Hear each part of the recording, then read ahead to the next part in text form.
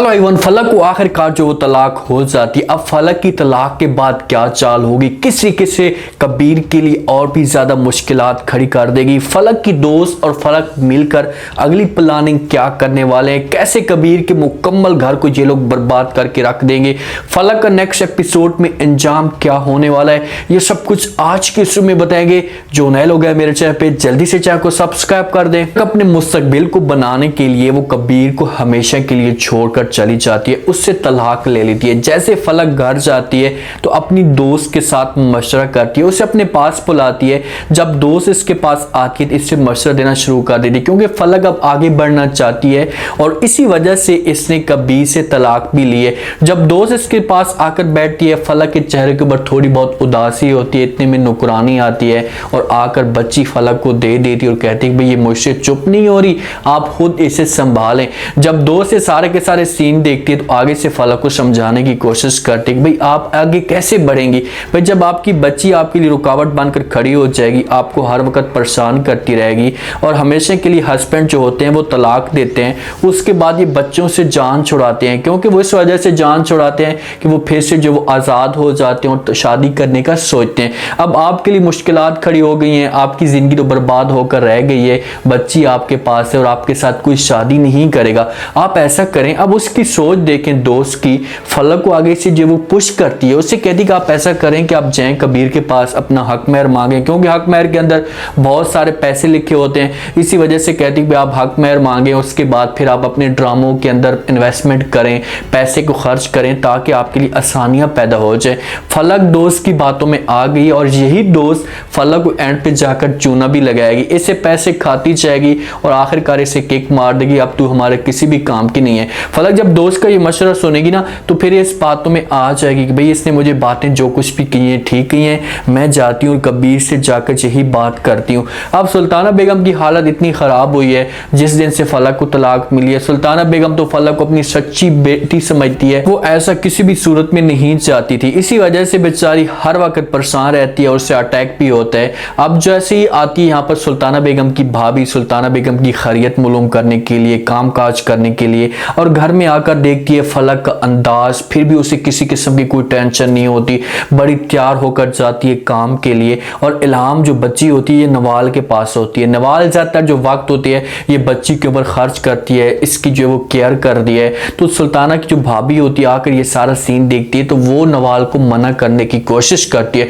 उससे कहती है कि जब इसकी माँ जिंदा है तो आप इस बच्ची को उस माँ के हवाले करें, उसके ऊपर किसी किस्म की कोई जिम्मेदारी दें ताकि उसे इस बात का एहसास हो कि भाई वालिदैन के बगैर या बाप के बगैर किसी किस्म के एक बच्चे नहीं होते। जब उसने इस किस्म का माहौल पैदा किया है तो उसे तलाक मिली है। नवाल जब ये बातें सुनती है तो वो फ़ौरन जो समझाने की कोशिश करेगी, कहेगी खाला चांद ऐसी कोई भी बात नहीं है, अब हमारी ये भी समझो कि बच्ची है, अब जो कुछ भी होना था हो चुका है, लेकिन हम इल्हाम के ऊपर इस किस्म का प्रेशर नहीं आने देते, हम चाहते हैं कि इल्हाम को किसी किस्म की कोई कमी जो है एहसास ना हो। अब नवाल वाले बेचारे इस बात पे एहसास रख रहे हैं, उसके दिल के अंदर ये बातें हैं, सुल्ताना बेगम के दिल के अंदर भी ये बातें हैं, लेकिन फलक को इन चीज़ों की कोई भी टेंशन नहीं है। वो फिर से एक बड़ा कदम उठाने के लिए तैयार हो जाती है। ये एक नोटिस तैयार करवाती है, क्योंकि हक महर में कोई भी बात लिखी जाती है तो वो औरत को मिलती है चाहे जो कुछ भी हो जाए। कबीर का बिजनेस मुकम्मल तौर पर बर्बाद हो जाता है, ऊपर फलक और भी जो वो परेशानी डाल देती है। फलक जाती है नोटिस लेकर, इसके सामने जाती कबीर जो वो घर के अंदर मौजूद होता है और वो बातें कर रहा होता है अपनी भाभी के साथ कि भाई ये औरत जो खुद से आंसू गिरा कर हमें धोखा देती रही, हमने इसकी बातों के ऊपर यकीन कर लिया या सबने यकीन कर लिया और आखिरकार इसने पूरे बिजनेस को, पूरे घर को बर्बाद करके रख दिया। इतने में वहां पर फौरन फलक पहुंच जाती है। जब कबीर उसे देखते तो कबीर गुस्से से आग बगोला हो जाते हैं, तुम यहाँ पर क्या करने के लिए आई हो। तो फलक कहती कि मुझे आप खामोशी के साथ अपना हक महर दे दें, उसके बाद मैं यहाँ से चले जाऊंगी। आगे से कबीर ये बातें सुनता है तो वो फलक को इनकार कर देता है, कहते हैं भाई तुमने खुद तलाक लिया और तुम यहाँ से गई हो, मैं तुम्हें किसी भी सूरत में वो हक महर नहीं दे सकता। फलक कहती कि भाई मैंने खुला नहीं ली, तलाक तुमने दिया है, इसी वजह से हक महर आपने हर सूरत में मुझे देना पड़ेगा, अगर हक महर आपने मुझे ना दिया तो वरना। बात फलक करती है और आगे से कबीर इनकार करता है तो फलक कहती कि ठीक है आप मुझे हक महर ना दें, कानून में जाकर आपके खिलाफ जो वो कार्रवाई करूंगी। यहाँ पर जो कबीर थोड़ा बहुत डर जाता है, क्योंकि जब एक इंसान के ऊपर बहुत सारी मुश्किलात हों और ऊपर से मजीद इसके ऊपर जो मुश्किलात डाली जाए तो वो इंसान नीचे दब जाता है। अब जहां पर ये मजबूर हो जाएगा, हक महर के अंदर इतने सारे पैसे लिखे हुए हैं कि अगर कबीर ये पैसे देता है तो इसके लिए और भी ज्यादा परेशानी खड़ी हो जाएगी, क्योंकि कंपनी दिन ब दिन जो है डूबती जा रही है। जितनी भी क्लाइंट्स थी ये सारे के सारे छोड़कर जा रही हैं, तो इस वजह से कबीर और भी ज्यादा जो है मुश्किलात इसमें इजाफा हो जाएंगी। अब फलक जी बातें कहकर चली जाती है, इसे कुछ टाइम देती है। कबीर ने लाजमी तौर पर हक महर देना ही है, क्योंकि जब ये चीजें कागज के अंदर लिखी गई हैं तो वो फिर इस चीज से कबीर इनकार नहीं कर सकता। अब भाभी के साथ मशवरा करेगा कि भाई हम क्या करें, कैसे जो है इसको राजी करने की कोशिश करें।